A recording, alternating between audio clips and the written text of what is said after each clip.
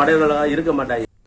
விளம்பர ஸ்டாலினின் நிர்வாக திறமையின்மையால் தமிழகத்தில் போதைப்பொருள் புழக்கம் அதிகரித்து விட்டதாகவும் விவசாயம் போன்ற பணிகள் பாதிக்கப்பட்டிருப்பதாகவும் பொதுமக்களும் விவசாயிகளும் கூறியுள்ளனர்.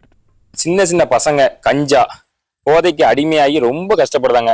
இதுக்கு எல்லாம் கவர்மெண்ட் சப்போர்ட் இல்லாம எப்படி நீங்க இந்த கஞ்சா விற்பனைகள்லாம் வந்துச்சு? இது எல்லாமே தெரியாம நடக்காதுங்களே.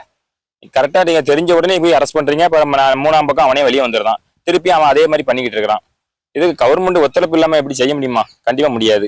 தமிழ்நாடு அரசு மக்களை எந்த அளவுக்கு வஞ்சித்து கொண்டு இருக்கிறதுங்கிறது எங்களுக்கு இந்த கண்கூடாவே தெரியுது. எப்படின்னு பார்த்தீங்கன்னா, ஏற்கனவே இந்த 100 நாள் வேலை திட்டம்லாம் விவசாயத்தை அழிக்கக்கூடிய வேலை. ஆனாலும் இன்னைக்கு அந்த வேலைக்கு பார்த்தீங்கன்னா கிட்டத்தட்ட 40 நாளைக்கு மேலே சம்பளமே கொடுக்காம எங்க விவசாயத்தையும் அழிச்சுக்கிட்டு அவங்களுக்கு சம்பளத்தையும் கொடுக்க மாட்டாங்க. அப்போ இது இந்த தொட்டிலையும் ஆட்டி விட்டுக்கிட்டு பிள்ளையும் கிள்ளி விடுத மாதிரி தெரியுது.